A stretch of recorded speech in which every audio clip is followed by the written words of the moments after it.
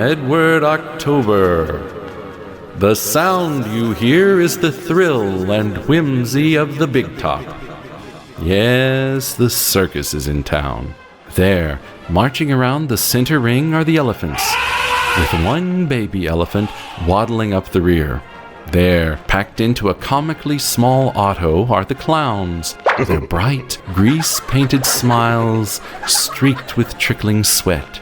Somewhere a big jungle cat lets out a deep, guttural roar that's drowned out by a cheerful refrain of the band.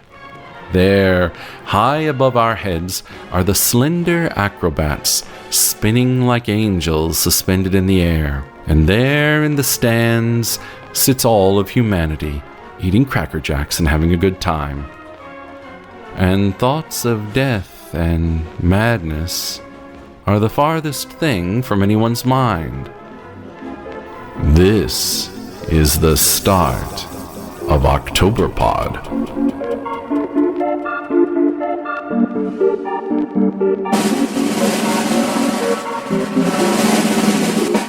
The band stopped playing.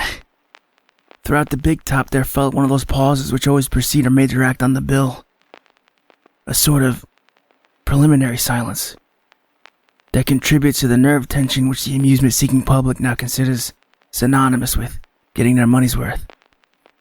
High up on the spidery tower midway of the tent, directly in front of the reserve section, a man arose and approached a black square in which shone polished levers. A second figure arose, cast off a robe which shrouded its outlines, and stood revealed as a girl, in pale pink fleshings among her supple torso and limbs. Viewed from below, she looked small, dainty, young, and blonde, in a gold and crimson way. She took up a sort of wand and advanced to the edge of the tower's top, from which a wire stretched down at a slight angle from an upright, beside a little ladder-like set of steps. The Ringmaster raised his hands. The silence continued. All other acts in the three rings below, on the wires and trapeze above, came to a halt. The announcer's megaphone rang out to all parts of the monster tent. Ladies and gentlemen, the lovely Miss Mitchie Maya and a daring performance on the live wire. There are 5,000 volts of deadly current passing through the wire on which she works. 5,000 volts! Enough to strike a dozen men dead. A slip, a misstep, and zappo! Oh my. Permit me to ask you all to maintain absolute silence during this exceedingly hazardous act. Are you ready, Miss Maya? Then, go! With a crackling sputter, two large arc lights, one green on the tower, one red above the net, where the wire ran down and ended, leaped into life as the man on the tower pushed the shining lever home. The girl bowed. She ran up little steps to a level with the wire. She bowed again, poised like a diver. Then, she stepped out on the wire itself. A burst of flame came from under her shoe at contact. She advanced a step. Again, a flash of blue marked her action. Lights outlined the limb and girdled her slender waist on the opposite side. She walked, she ran, she danced on the deadly thing beneath her, turned and ran back to the ladder-like steps, and so down to the tower top. Already her assistant was busy, as the avid crowd sighed its relief and gaped for more. He led her to the edge, this time beneath the wire. She turned back her face and seized something in her mouth. On her back, the man was fastening something. One cannot just see what, but in a moment one understood. She lifted her naked arms. The wings of a giant butterfly sprang into view. They waved in preparation for flight, and she was off. Hanging by her teeth, arms outstretched, the wings with her body, a mass of scintillating brilliance. The wheel which she danced back and forth, throwing off sparks like the flare of a trolley from a charged wire. She flashed down the wire, landed in the net and stood bowing to the wave of applause, which greeted her, having accomplished the act once more. She slid to the ground on a rope, ran from the ring back to the trapping room. The electric butterfly act of the Barnaby show has concluded.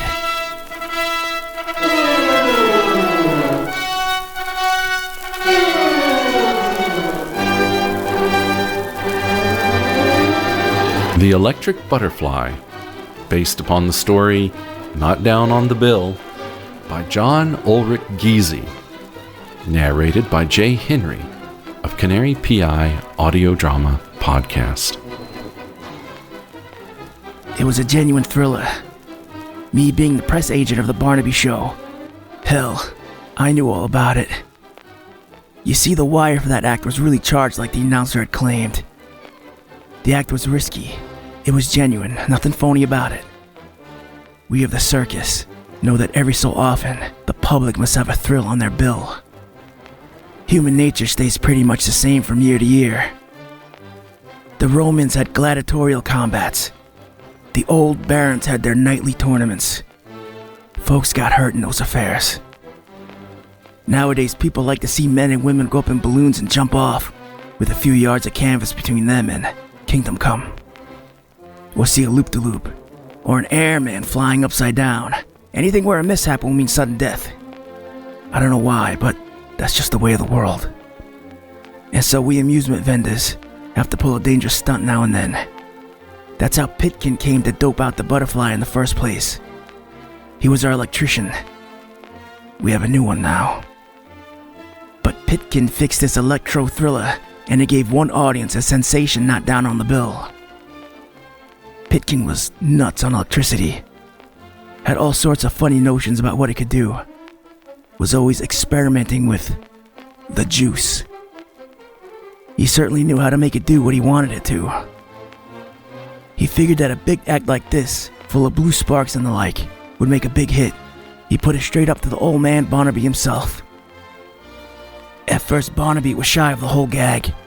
Then his need for a new act and the scheme of the whole thing took hold on him. Pitkin assured him that he could make it as safe as a church during Lent. And so the old man fell for it, and he had it built. Now in itself, the act's alright, if something don't go wrong. That's the whole thing with most of these big stunts.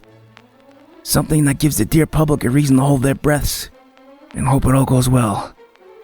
Or maybe, hoping it all goes cockeyed. Mitchie wore insulated shoes for the act. Her tights and mouthpieces of the pulley she would bite into were both made of rubber. Unless she were to brush the wire with her naked arms or her face, she'd make it out okay. She had to be quick at the net, of course, so as to hit it right and not fall against the wire. That's nothing much for the trained acrobat, which she was. Still, when it came to getting a woman for an act after it was built, Pitkin and Barnaby had some trouble. Until they picked up Michi Maya out of an aerial troupe run by a family of Hungarian old world types. She'd been with the show for some time and was about the neatest little gymnast you ever saw. She had blue eyes and fine skin, with a figure as supple and pliant as a spring. Best of all, she had iron nerve, something that's in short supply among broads with looks like hers. Anyways, after the big top was up, the first thing we knew, her and Pitkin start working the thing up between shows and before performances. The act drummed up a good deal of excitement, even among the circus hands. I remember we all stood around, mighty shaky the first time it got a tryout. Some of the women got pretty pale the first time that little thing dressed in her pink tights stepped out on that hell-spitting wire. I know I felt sort of lumpy in the throat myself. But Mitchie was as cool as a grapefruit, straight out of the icebox, as she got through that trial run in great shape. All the while, Pitkin swore there wasn't any real danger. It seemed that the balancing wand she carried, with a big brass knob on the end, was sort of a safety device. At least, that's what I gathered from Pitkin's line of talk. He said the knob collected all the surplus energy, which wasn't taken care of by the rubber shoes and suit. Sort of like a fancy handheld lightning rod that kept her safe. As for the slide, it only lasted a few seconds, and the rubber mouthpiece was built so that she couldn't get hurt. Still, it sure looked fierce to see that kid frolicking around in that thing. It gave me the willies the first time. Even now, it sort of gets me fussed up now and again. You see, I can't just forget what happened.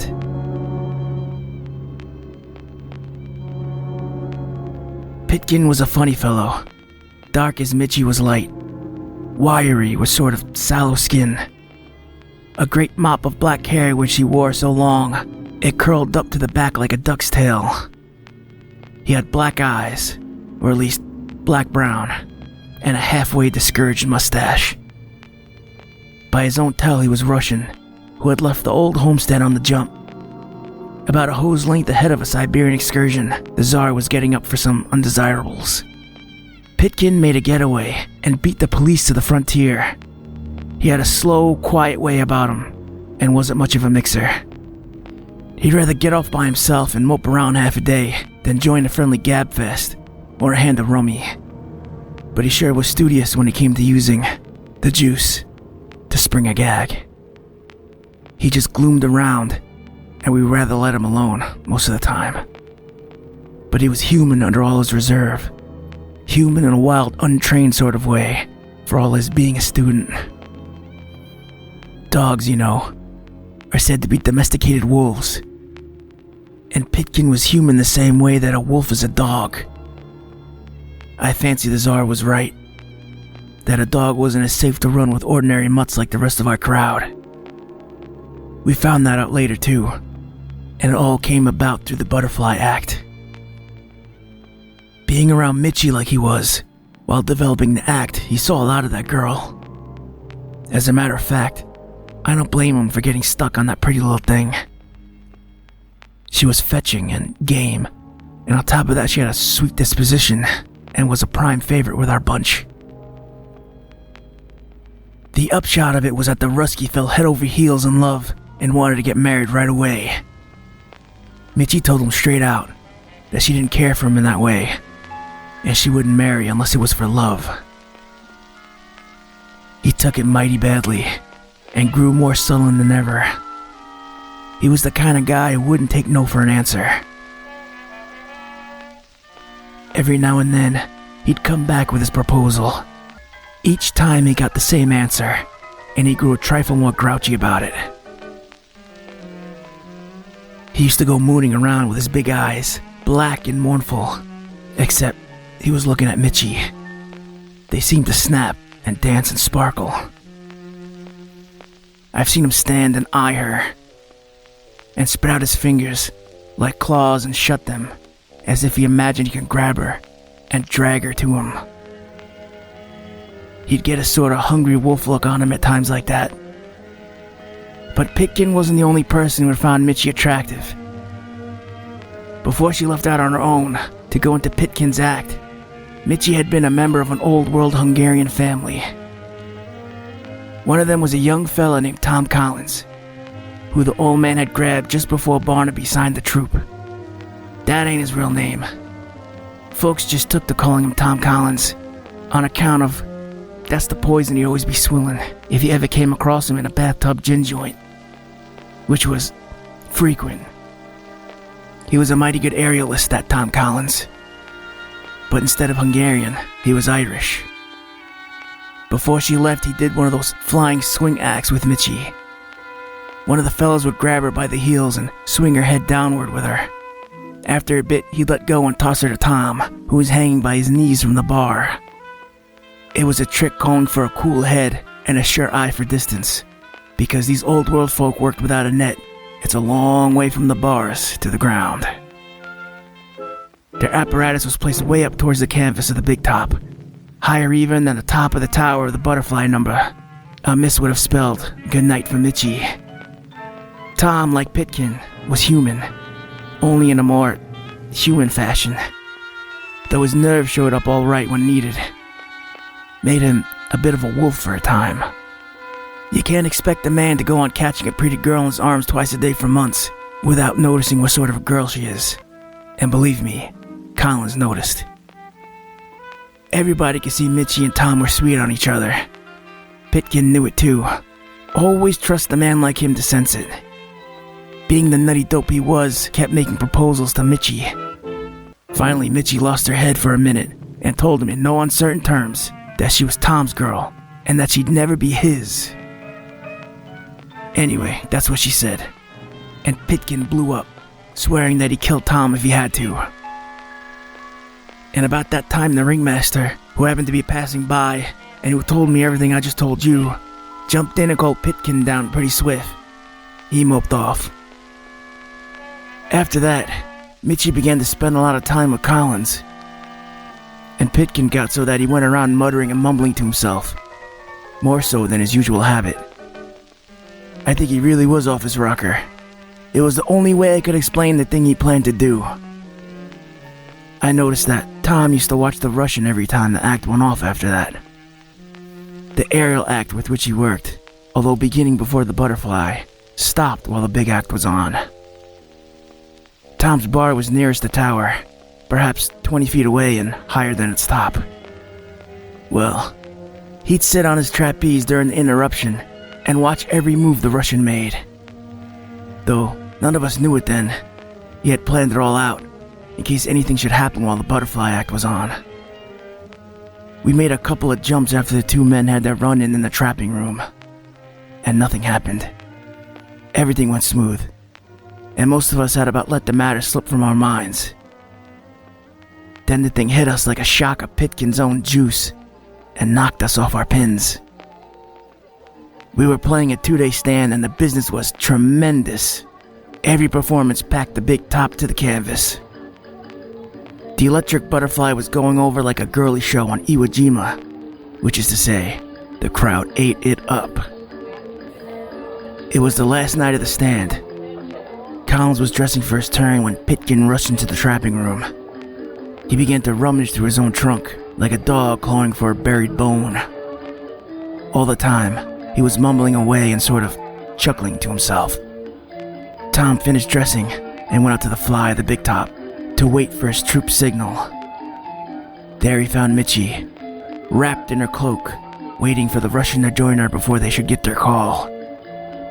Quite as a matter of course, Tom stopped and spoke to the girl. She seemed rather nervous and hardly herself.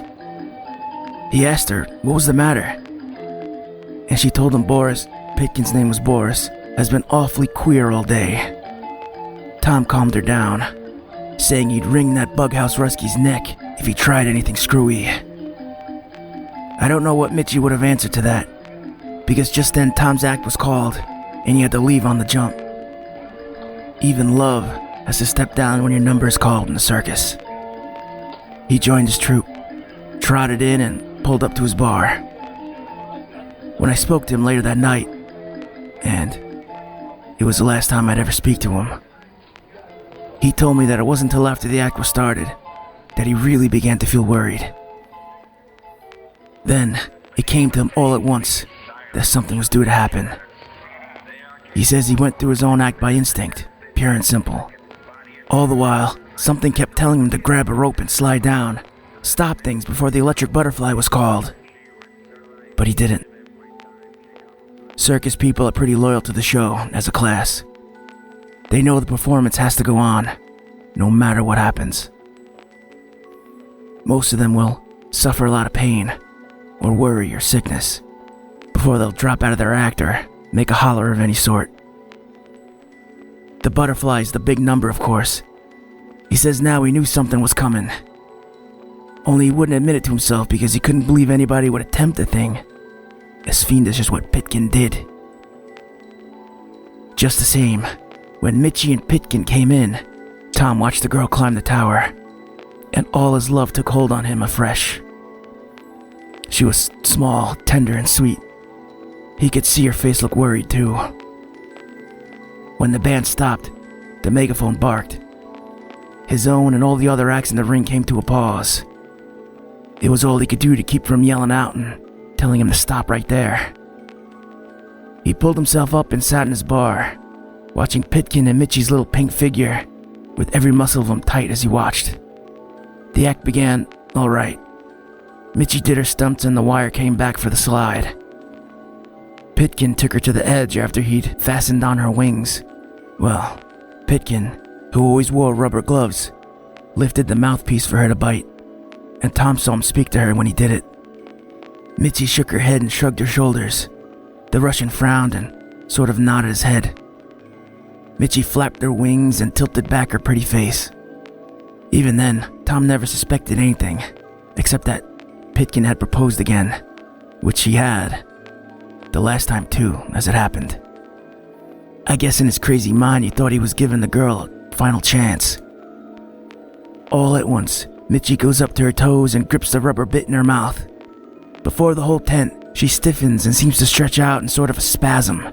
And before anyone can lift a hand, Pitkin pushes her off the tower and down she goes.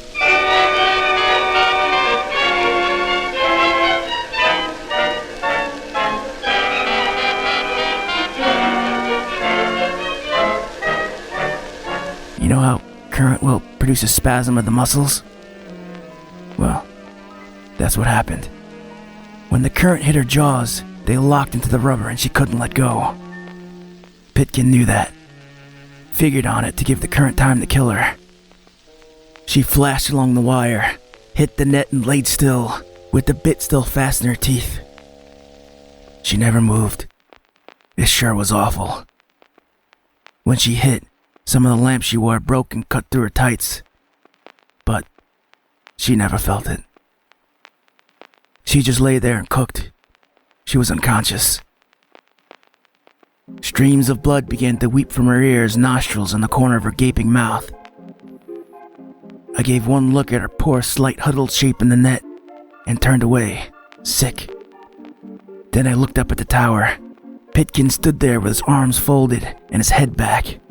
He had the most awful, hellish grin on his face I ever saw. The whole tent was in an uproar. Several men ran toward the tower, as if to climb up and shut off the current. Women were screaming and fainting all over the place. Men were yelling and cursing in excitement. The ringmaster was trying to prevent a panic in the crowd. Through the megaphone, he began barking at Pitkin over the shrieks and yells. Turn off the juice! Turn off the juice! Pitkin seemed to wake up and look down. The smile on his devil's face got wider. He waved a hand toward poor little Mitchie and pointed to himself, as if to say he'd meant to do it and had succeeded, and defied us to do anything in time to save the life he was taking. By that time, one of the boys was halfway up the tower, but he never would have made it in time. Even if he got up, he'd have to fight Pitkin before he could reach the switch. Right then, the band began playing by orders to quiet the crowd. It seemed ghastly too. They were all banging out ragtime, with that girl burning to death before everybody's eyes. I felt sick all over. Believe me, it was fierce. It was Tom Collins, the man who really loved her, who saw the only way out and took it on the jump. While we were all yelling at Pitkin to cut off the current, and he was grinning his hellish triumph, Tom got busy. He let himself down from the bar by his arms and began to swing. He gave himself a pretty strong momentum and forced himself to wait until it was sufficient. Then, he let go. I've mentioned that his bar was higher than the tower and 20 feet beyond it. When Collins let go, he came down in a straight foot dive for the top of the tower itself, where Pitkin stood waving his hands and beginning a sort of fiendish clog dance right at the edge. Pitkin's back was towards Tom, and he didn't see him coming. I did. I saw him leave the bar and come down like an arrow, holding his both feet together, right in the middle of Pitkin's insane dancing. Tom hit the tower, tried to straighten up and staggered, lurching full into the Russian's back. Pitkin yelled out once. He screamed like a wounded animal, like a wild horse, unhuman-like screech. Then thrown completely off his feet by Collins's impact, he plunged out from the tower's edge and fell, tumbling over and over into the ring below, to lie awfully still, with his black head bent back under his shoulders. Collins paid no attention to that. He was at the switch. When he bumped into Pitkin, it stopped his own fall and straightened him up. In one leap, he reached the switchboard and pulled out the lever. The lamps sputtered and died. and poor little Mitchie relaxed in the net. I think everybody in the tent sighed at once. It sounded like a gust of wind. 2 of the tent men were already swarming up the ropes to the net, and Tom was racing down to the tower. By the time they lowered Mitchie over the edge of the net, he was there to take her in his arms. He caught her and cuddled her upon his breast, and kissed her before the whole tent. Then he turned and raced for the exit, the band still playing as the other act started again at the Ringmaster's signal. 2 hands picked Pitkin up and lugged him out to the trap room. He was deader than a truckload of week-old horse apples. They told me that he'd fallen from such a great height that most of his bones were shattered. It was like dragging a sack full of mashed potatoes. The Russian had landed on his face with such force that his neck had doubled over. His face, holy smokes. Let's just say it looked like the minced beef hearts that we feed to the tigers more than Boris Pitkin. I think he deserved it for what he did that night. I've mentioned that the man was an electrical expert, and he had planned this thing all out. He'd taken an extra pulley and mouthpiece, and soaked the whole thing in a strong copper solution for days. That night he switched pulleys and put on his copper-loaded one. When Mitchie bit it, the current jumped into her like lightning. Collins, with Mitchie in his arms, passed me at the fly. They got Mitchie to a doctor as soon as they could, but it wasn't soon enough. Her poor, beautiful body had taken too much voltage. Tom dropped to the floor in a genuine faint when they declared her dead and hauled her off to the morgue. And Tom Collins, they say, died that day too. Only he had to keep living with a broken heart. Tom stayed behind when the show pulled up stakes and moved on to the next town. Though, I heard that he took up with another outfit, one a lot less reputable than Barnaby's. Every so often we'd pull him to town and hear stories about aerialists with no heart, with nothing to lose. An aerialist who specializes in stunts so dangerous that you can almost see the devil biting his ass when he performs them. This reckless daredevil performs a high-voltage acrobatic stunt called the Electric Demon. And he sounds like a dead ringer for Tom Collins. As a postscript, nobody wept for Pitkin. Even the coroner, when he heard all the evidence we could give, decided the mad Russian's death was due to accidental causes. And nobody kicked on that.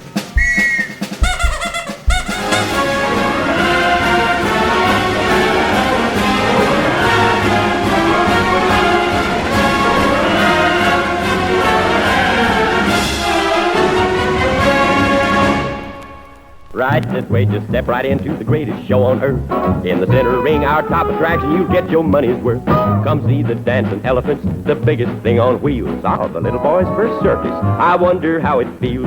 With wonder does this magic land fill his widened eyes. Look now, there the zebras, this show's a real surprise.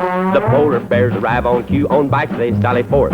They're mighty cool, but then it's true, they're from the frozen north. And now the clowns will stop the show with your most kind permission. A rocket blast so you will know it's time for intermission. It's intermission time, folks. I'm your host, Mr. Edward October. And boy, howdy, there's nothing like an intermission at the Big Top. Better grab your popcorn, peanuts, and Cracker Jacks before the dancing elephants do. In the liner notes to Music for a Darkened Theater, Volume 1, film composer Danny Elfman briefly discussed the challenges of writing the score to Big Top Pee-wee. Elfman had scored Pee-wee's Big Adventure for Tim Burton, but due to the legal complexities arising from the fact that the sequel was being produced for a different studio, was unable to reuse any of the musical themes and motifs he'd written for the first movie. But Elfman rose to the challenge of crafting a Pee Wee Herman score from scratch, quipping, "What, however, is more fun than a circus?" What indeed. As fun as they are, circuses, and their less reputable siblings, traveling carnivals, are almost inseparably linked to tales of horror and the uncanny. Spooky circuses and creepy carnivals can be found all over popular media, from Scooby-Doo to sleazy paperback spinner racks and dusty DVD bargain bins filled with hidden gems and bottom-of-the-barrel horror pictures.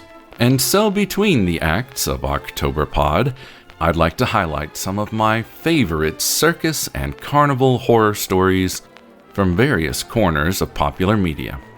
My first pick isn't even horror, and yet it captures both the colorful fun and the uncanny weirdness of a circus in a way that few other pieces of media can.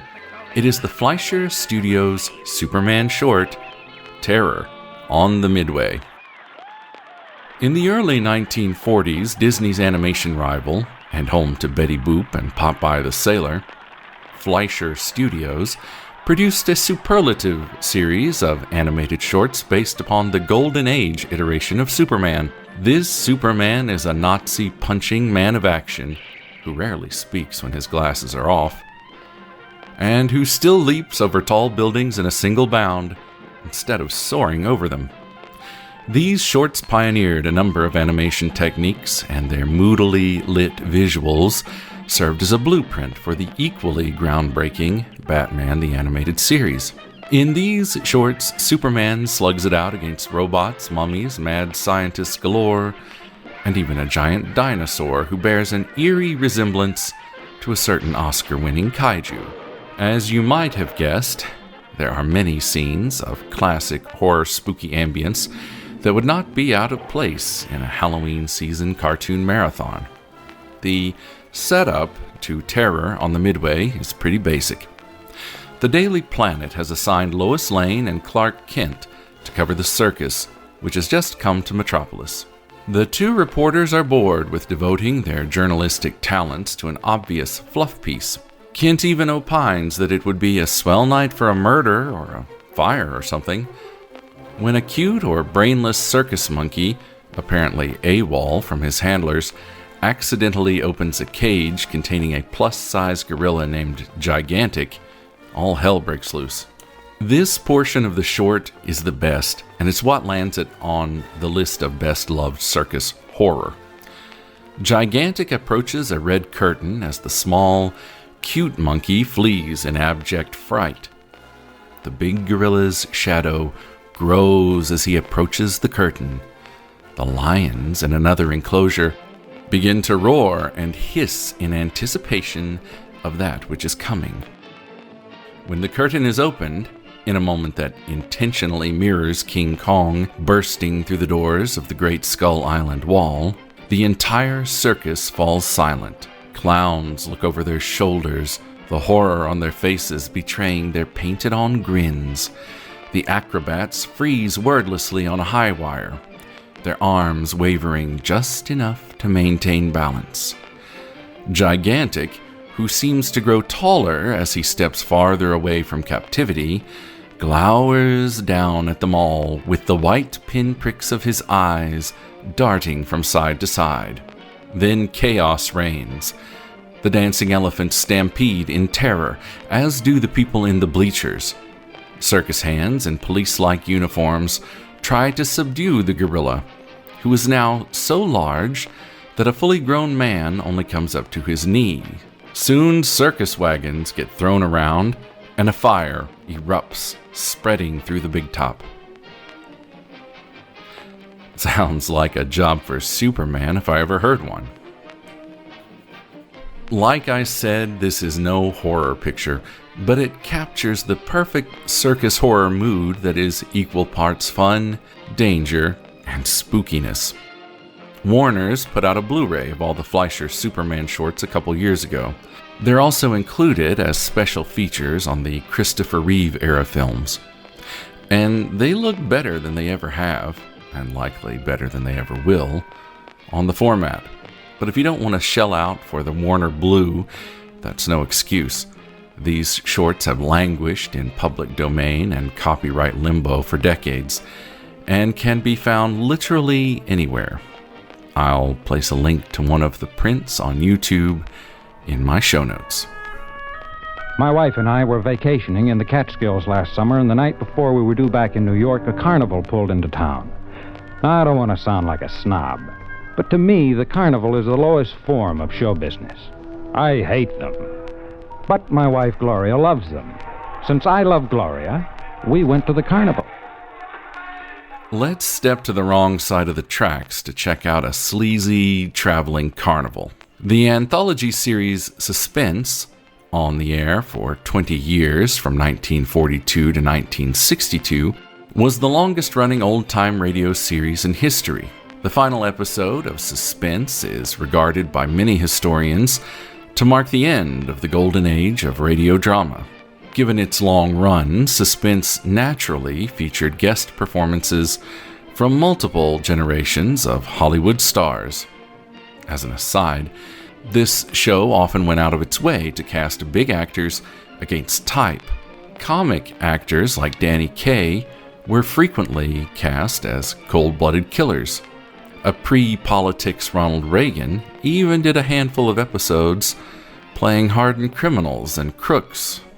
Yeah, hard to swallow, I know.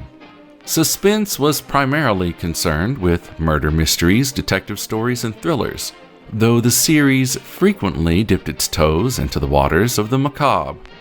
As a matter of fact, some of the best old-time radio horror could be heard on radio's outstanding theater of thrills, including adaptations of Lovecraft and Frankenstein.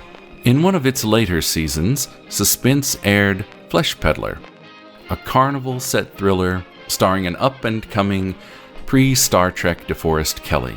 Kelley plays a talent agent who finds the best ventriloquist act he's ever seen at a sad little traveling carnival. When he sets out to sign the ventriloquist up for a big money contract, he finds himself descending into a part noir, part gothic web of mystery and madness. This one's got D. Kelley, dark and moody vibes, a bearded lady, a knife thrower, and a creepy ventriloquist dummy. What more can you ask for? Like most old-time radio, Suspense is easy to find on YouTube, Internet Archive, and even on cassette tape.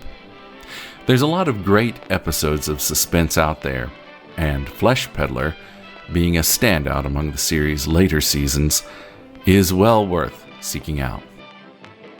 Before I continue on to what I consider to be the Mount Everest of circus, carnival, and sideshow horror stories, I'd be remiss if I didn't mention a few other frightening big top favorites.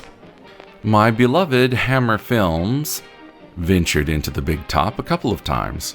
In 1964's Evil of Frankenstein, the Baron seeks the help of a sleazy carnival hypnotist, played by a scene-stealing Peter Woodthorpe, to help revive the higher mental functions of the creature.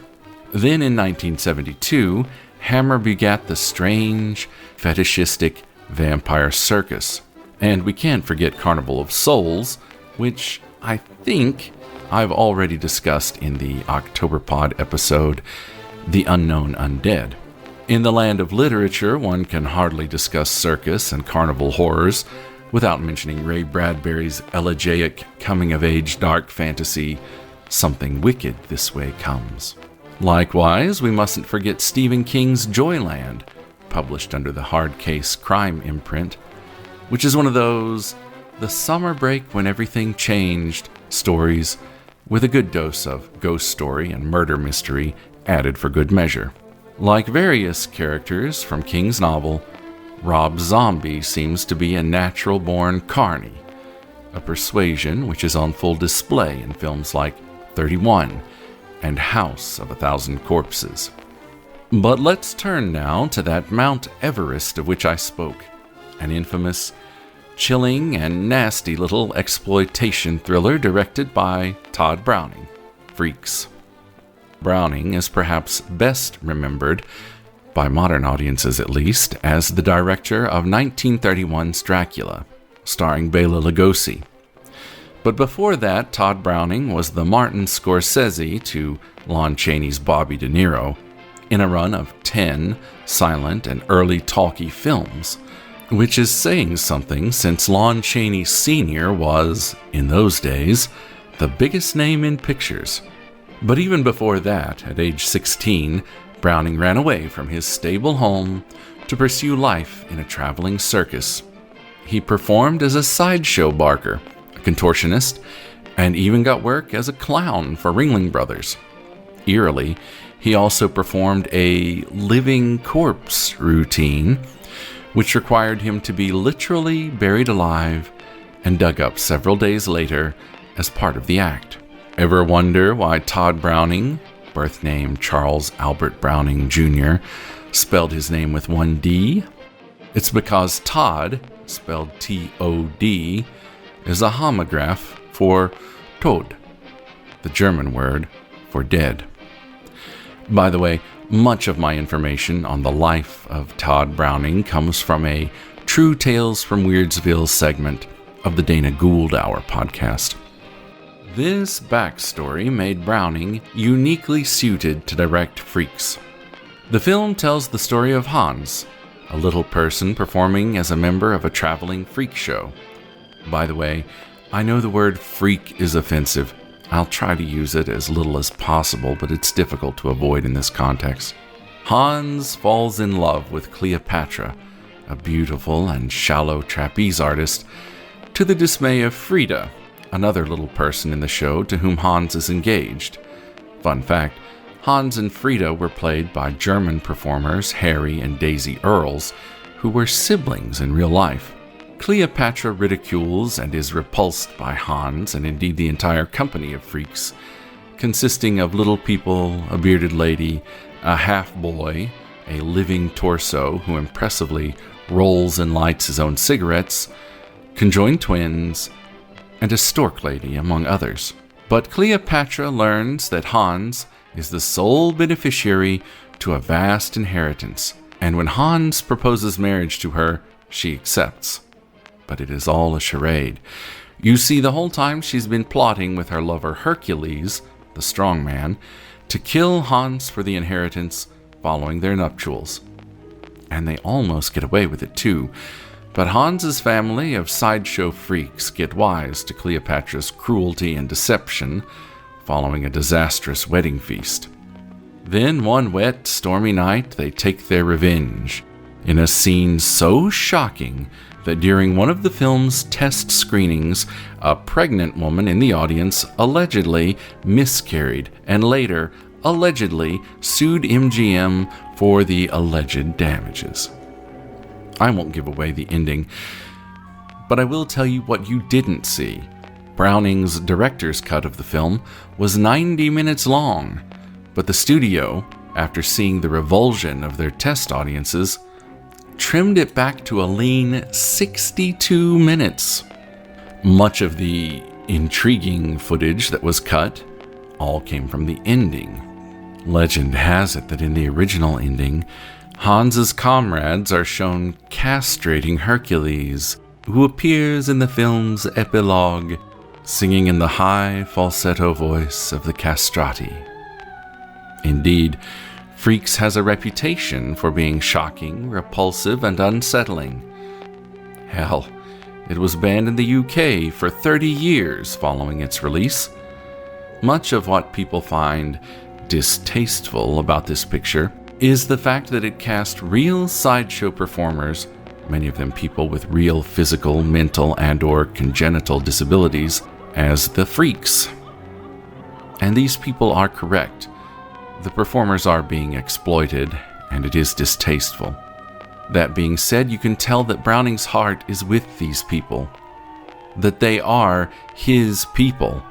One of us, gooble gobble, one of us. The freaks of this picture are not the real monsters, the beautiful people are. But then what happens when they ain't pretty no more? In all the discourse about Todd Browning's intentions and how shocking or distasteful Freaks is or isn't, it's easy to forget that it's based upon a short story, Spurs, by Todd Robbins. Like Freaks, the story is about a circus dwarf, their words, not mine, who's hit the jackpot with a big inheritance and is in a love triangle with a beautiful woman, in this case, bareback horse rider named Jean Marie, and a strong man. There's also a wedding feast. And that's pretty much where the similarities end. You know, I contemplated adapting and narrating this story as the second act for this episode, but I don't know. The writing is pretty clunky and difficult to read, and the story is too ableist, misogynistic, and just downright mean-spirited. One gets the feeling that the author is using the story as a vehicle to work through some deeply repressed psychosexual issues with a heaping dollop of humiliation fetish on the side. You see, unlike gentle Hans, Jacques Courbet, the dwarf protagonist of Spurs, is a cruel and abusive little tyrant who punishes and humiliates Jean Marie to her breaking point. Much of this abuse takes the form of Jacques riding on this woman's shoulders like a beast of burden. Jean Marie seeks solace in the arms of her true love Simon, the circus strongman, but then Jacques and his large, vicious dog show up. Here's how that scene plays out, just to give you a taste of what we're dealing with. The dog crouched and at almost the same moment sprang at Simon Lafleur. The bareback rider had no time to avoid the dog and his tiny rider. Almost instantaneously, the three of them had come to death grips. It was a gory business. Simon Lafleur, strong man as he was bowled over by the dog's unexpected leap. The dog's clashing jaws closed on his right arm and crushed it to the bone. A moment later, the dwarf, still clinging to the dog's back, thrust the point of his tiny sword into the man's body. Simon Lafleur struggled valiantly, but to no purpose. Now he felt the fetid breath of the dog fanning his neck and the wasp-like sting of the dwarf's blade, which this time found a mortal spot. A convulsive tremor shook him, and he rolled over on his back. The circus Romeo was dead. Monsieur Jacques Courbet cleansed his sword on a kerchief of lace, dismounted, and approached Jean Marie. She was still crouching on the floor, her eyes closed, her head held tightly between both hands. The dwarf touched her imperiously on the broad shoulder, which had so often carried him. "Madame," he said, "we can now return home. You must be more careful hereafter. It is an ungentlemanly business cutting the throats of stable boys." She rose to her feet like a large trained animal at the word of command. "Do you wish to be carried?" she said between livid lips. "Ah, this is true, madame," he murmured. "I was forgetting our little wager. Well, you are to be congratulated, madame. You have covered nearly half the distance." "Nearly half the distance?" she repeated in a lifeless voice. "Yes, madame," Jacques Courbet continued. "I fancy that you will be quite a docile wife by the time you have done." He paused, and then added reflectively, "It is truly remarkable how speedily one can ride the devil out of a woman with spurs."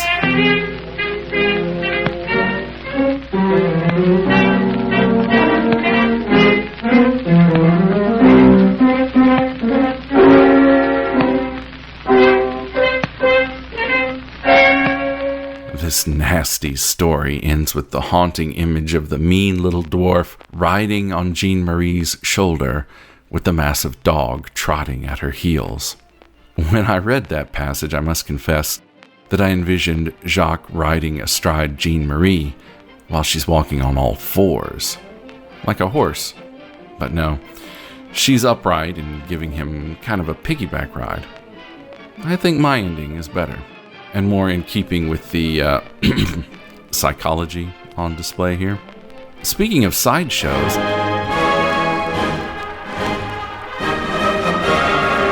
uh-oh, you know what that means. Better snatch up some hot roasted peanuts before the elephants do, because that spotlight at center ring means that Act 2 of Octoberpod starts now. So far in this exploration of dread and circuses, we've seen ringmasters, acrobats, and sideshow entertainers.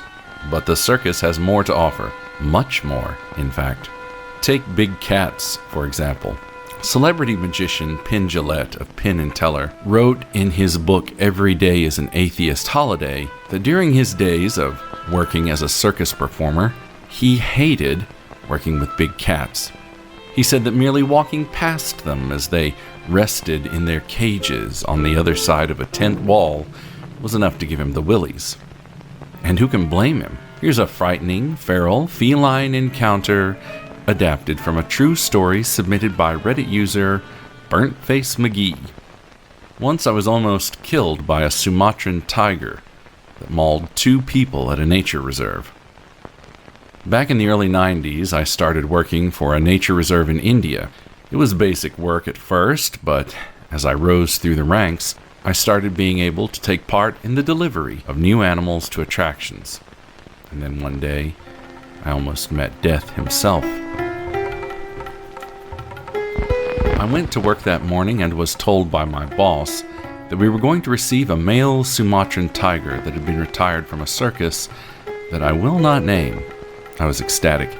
The tiger arrived in a truck accompanied by guards armed with cattle prods and rifles. Their plan was to move the tiger's cage to the front of the enclosure, so he'd just walk in. But that didn't happen. Suddenly there was a deafening roar that came from the tiger. It was angry as can be, but the workers were calm and began to move his cage to the door of the enclosure. Having done that, we opened the cage door and the tiger went in. But before we could even close the cage, he came charging back with all his strength and knocked the cage aside. Before we knew it, the tiger was free and standing in front of all of us. I was so gripped with fear that I didn't know what to do. All I could think of was to climb the cement wall that was behind us and hope to God he's not a good climber. I started desperately climbing, using the gaps in between stones to get my footing. Behind me, the tiger swipes one of the guards and slashes his arm like a sheet of paper. He screamed in pain, but the screaming only lasted a moment before the tiger swiped again and went clean across his face and throat. Then the tiger growls and roars again and goes for another guard, who manages to stun it with the prod, but only for a moment before stumbling back towards the truck. The guard lost his footing, and the tiger bit deep into his leg and dragged him towards the entrance of the enclosure, sinking his teeth deeper and deeper. The screaming was absolutely deafening. The tiger wasted no more time and reached up and sank his teeth right into the guy's throat and bit into it over and over again. By this point, I'm ready to vomit from fear.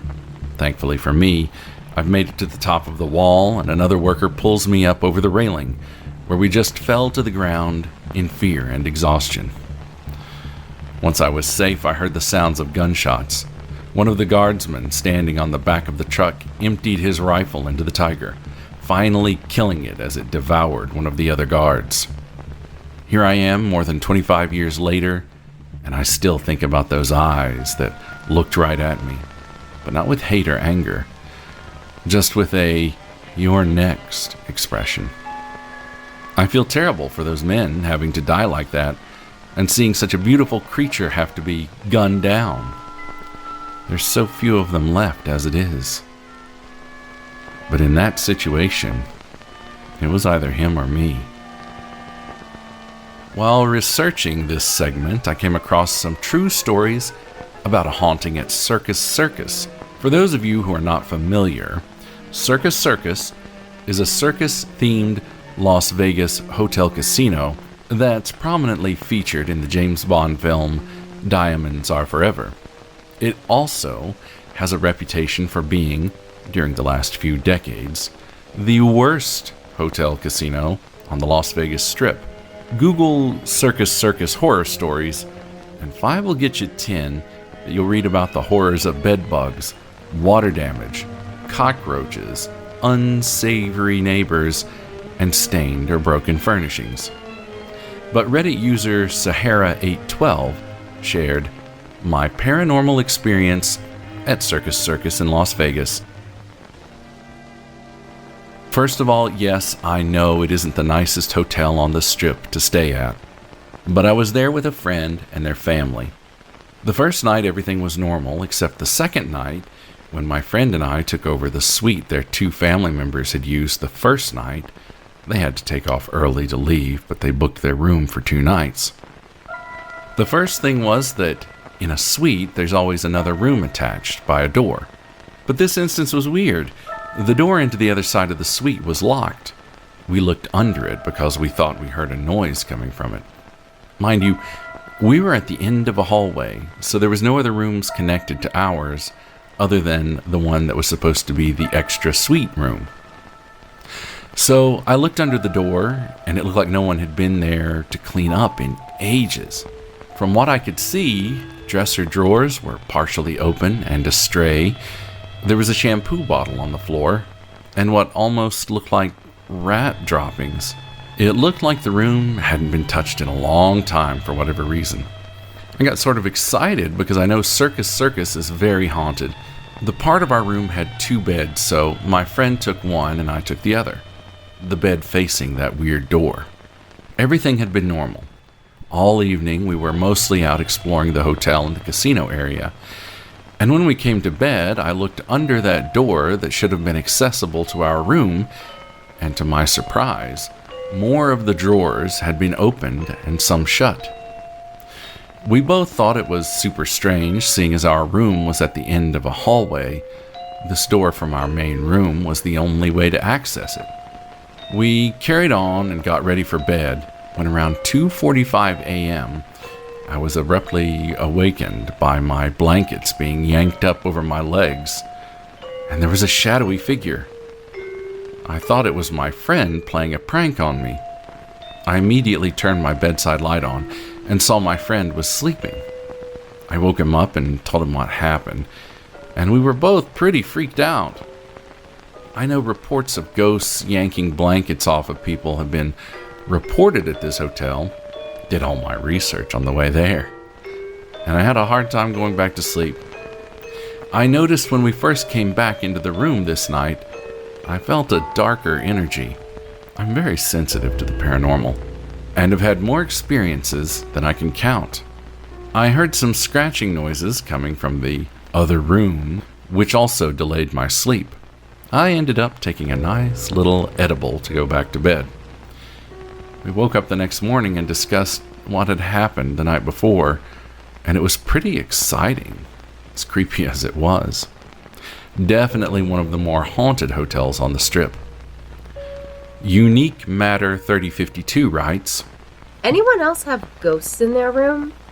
We stayed at Circus, and the first night, I definitely had someone else in the room with us. Our wardrobe door opened and closed 4 times.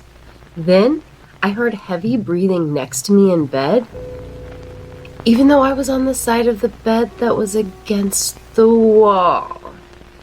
Anyways, I will be staying there again next year. To which a deleted user responds, Circus is 100% haunted as all fuck. The hotel's been around since the early 70s, and the casino even earlier than that. They just started doing ghost tours for this season, if that gives you any idea. The most haunted hotel in Vegas is most definitely the Horseshoe, formerly Bally's, and MGM Grand before that. There was a terrible fire there in the 80s that killed a lot of people. I had the wildest paranormal experience staying there, and eventually had to move rooms because of how bad it was. Whole lot of history in these older hotels, and some of it not so savory. Another deleted user says, I've stayed in 2/3 of these hotels. My husband has stayed at all 3 of them, and he said Circus was definitely haunted, which was not a response I was expecting at all. He likes to tease me for my supernatural beliefs. Lights turning on and off, tapping on the window, even though the room was all the way up on the 22nd floor. Cold temperatures despite the heat being on. Kids laughing outside my door at 3 a.m. Oh, and my shoes also flew across the room. Now, the Big Top just isn't the Big Top without, you guessed it, clowns. So let's close out our session of dread and circuses with a couple of creepy clown experiences. Reddit user PlusCause23 writes, this story takes place around mid-2016, right in the heat of the whole killer clown trend. I don't know if trend is the right word here. A lot of people have stories from this time, and mine isn't as scary as others I've read, but I felt like sharing nonetheless. This was around fall break of 2016. My cousin and I were both in middle school, and I was staying over at his house one night during fall break. There were quite a few people in the house that night. Me, my cousin, his 10-year-old brother, his 3-year-old sister, 3-month-old baby brother, his dad, who was my uncle, and his stepmom. Now let me try and explain the layout of the house and the yard. They lived in a rather large double-wide trailer that they'd bought and had on a flattened part of a hill. Their driveway is a pretty steep gravel slope that connected to the road at the bottom of the hill. Behind the house up the hill was nothing but woods. The nearest house was just slightly down the hill to the left, closer to the road. That was our Meemaw and Peepaw's house. As I said, my cousin and I were the only ones still awake. We was watching TV, probably some shitty sitcom on Nick at Night or something. We kept hearing noises in the woods behind the house. We couldn't see into the woods from the windows in the living room where we were sitting, but we didn't pay much attention to it since it's kinda windy. Plus my uncle had lots of motion lights around the house. In the back, facing the woods, on the side door, close to the driveway on the opposite side of the house, and on the slightly elevated porch that overlooked the front yard and the road. So we weren't too worried about anyone or anything actually being outside, since anything out there would have triggered the lights. Now, we'd heard lots of stories and watched lots of YouTube videos about the whole killer clown thing. And to be honest, I didn't think it was real. I thought it was just prank videos. Something made up to get clickbait views. But we live in a small, nothing town in northeast Tennessee where everybody and their dog owned some sort of firearm. That included my uncle, who was a retired veteran. So we were never afraid of anyone dressing up as a clown trying to jump out for a quick scare and a funny video reaction. So we were sitting on the couch watching that TV show, the only light being the TV and the dim light above the kitchen sink. That was only a few feet behind the couch. Suddenly, the back motion detector light came on. We did notice, but didn't think anything of it. The lights were set on 10-minute timers. If it detected one movement, it would stay on and would just turn off after 10 minutes if no other movements were detected. After 10 minutes, they went off again. So we figured it was just an animal, which wasn't uncommon. After about 20 minutes, I went to the bathroom down the hall. I did my business and washed my hands, and when I came back out, the motion light on the side of the house by the side door that entered into the laundry room came on and shone through the thin blinds that were on the door.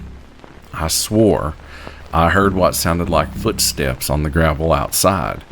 Then the doorknob started rattling quickly like somebody's trying to open it. Well, I ran into the living room and got back on my spot on the couch. Luckily, the blinds were shut, so whatever it was didn't see me. I knew my cousin heard the same thing. I did because he was already up and halfway to his dad's room, my uncle, to wake him up. At that point, I saw the light from the front porch come on, so I got up to look out the window that looked out to the porch. By this point, my uncle had his pistol and flashlight and was out on the front porch looking for whoever or whatever it was. My cousin and I were behind him on the porch watching. He looked around with the flashlight when he saw it. There at the bottom of the hill, in the ditch by the road, was a clown. And it was a crappy costume, one from probably Walmart or Spirit Halloween. And that clown just looked at us and waved. My uncle fired a warning shot, and that clown ran across the road and into the woods. My cousin and I didn't sleep anymore that night. My uncle stayed out on the porch for a few more hours to make sure no one came back. I remember him telling us, not long after the shot was fired, that he heard what sounded like an ATV starting up and driving away. Troublesome kids were always, and still are, a big issue in that area. There are houses somewhat close to each other, but far enough away that you couldn't see them. The only house we could see was Meemaw and Peepaw's house. I don't doubt it was just a high school kid playing a prank, trying to scare whoever it was in the house. Of course, years later, after reading some more experiences with these clowns, of people's lives actually being threatened, it scares the shit out of me to think what might have happened if that clown had managed to get inside the house. Finally, this one was found in the r/paranormal subreddit, courtesy of Time 189. When I was around 5 or 6 years old, my younger brother and I, who would have been about 4 at the time, were playing in our front yard, as we often did. We lived in a very bad town in Southern California, a town that had a bad reputation, especially on the street where we lived. Suddenly, I heard laughter coming from across the street. I stopped what I was doing and looked across the street and saw a clown, full suit and makeup, standing on the upper balcony of our neighbor's house. The clown then took out an umbrella and floated down from the upper balcony and landed right in front of where my brother and I were playing. I remember the clown started talking to us, but I can't remember what he said. I just remember that he was floating, that he was very loud, and would move his arms wildly whenever he spoke. He then took out 2 large circus-style lollipops and handed one to each of us. The clown said something to us, then pulled the umbrella out and floated back up onto the neighbor's balcony and went inside. I always chalked this up to something I imagined, since I was so young when it happened. I never mentioned it to anyone until I was 19. My brother and I were hanging out with some friends and sharing stories about strange experiences. I decided to retell the clown story, when all of a sudden my brother's jaw dropped to the floor. His eyes widened to the size of dinner plates. He said that he remembered the clown and described details about the incident, that I left out. He recalled us waking up in the dirt of the front yard after eating the lollipops. We ate them after the clown left, and just remember waking up sometime later. That's why I always thought I imagined it. Now, this particular street had its fair share of strange and tragic occurrences, from murders, house fires, and overdoses. It was always considered a cursed street. Could we have imagined this? Or was it something that was conjured from all the negative energy of that town, of that street? I've heard that this follows a pattern common in abduction scenarios. The aliens, or entities or whatever, will use screen memories to disguise themselves as something more familiar to people. I wonder if that's what happened here, especially with the clown floating and us waking up or whatever. Unusual Recording 40 replied, stating, I hate clowns. There is absolutely nothing cute or funny about them. They're just straight up creepy as fuck. I won't bother to argue the sentiment. But before we go, I'd like to thank Amber Jourdan for lending her voice to this segment. And so our little sojourn into the dark corners of the Big Top draws to a close. Until next time, stay spooky, mes amis.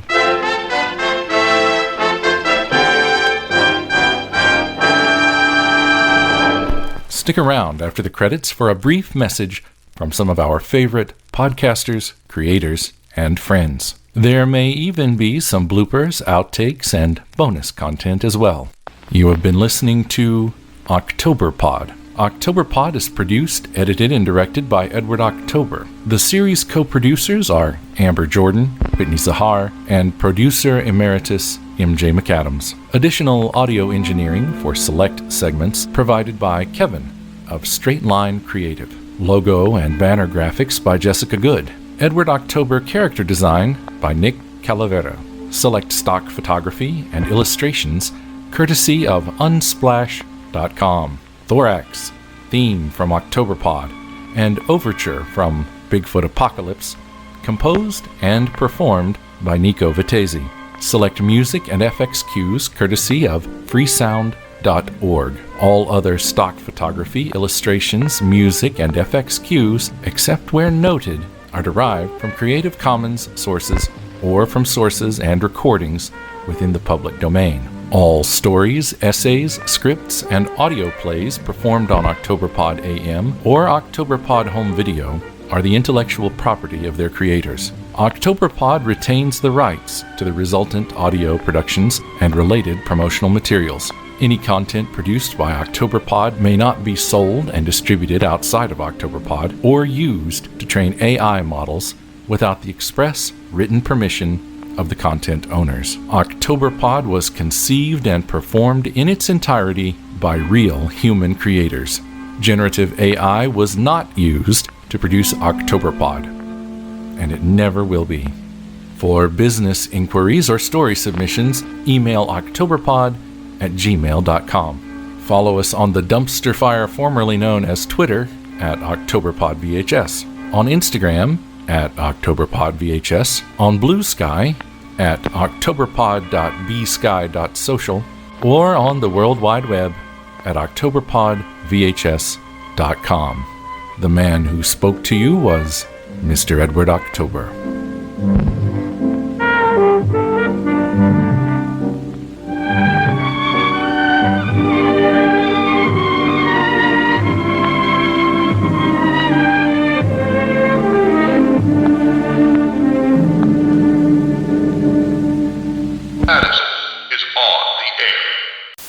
Love old-time radio? Yes! You know absolutely nothing about old-time radio. Also yes. Then Madison on the Air is for you. Follow Madison, a modern-day makeup influencer, as she zaps back into the golden age of radio. Every episode is standalone with a wide variety of genres to choose from, like detective noir. You put the dick in private dick. Superheroes. So I am in the body of the Green Hornet. Westerns. Saloon fight. Now this is a Western. Sci-fi. Dude, the Martian's got a freaking heat ray. Plus classic characters. Toto. Oh, I gotta get that dog into an obedience class. Really digging Dracula's OG goth style. What if I killed freaking Sherlock Holmes? And many more. Actual old-time radio scripts adapted. It's like if the MST3K riff tracks guys were in the movies they riff. Start at the beginning or jump around to any title that grabs you. New episodes premiere the first of every month. Find us wherever you get your podcasts.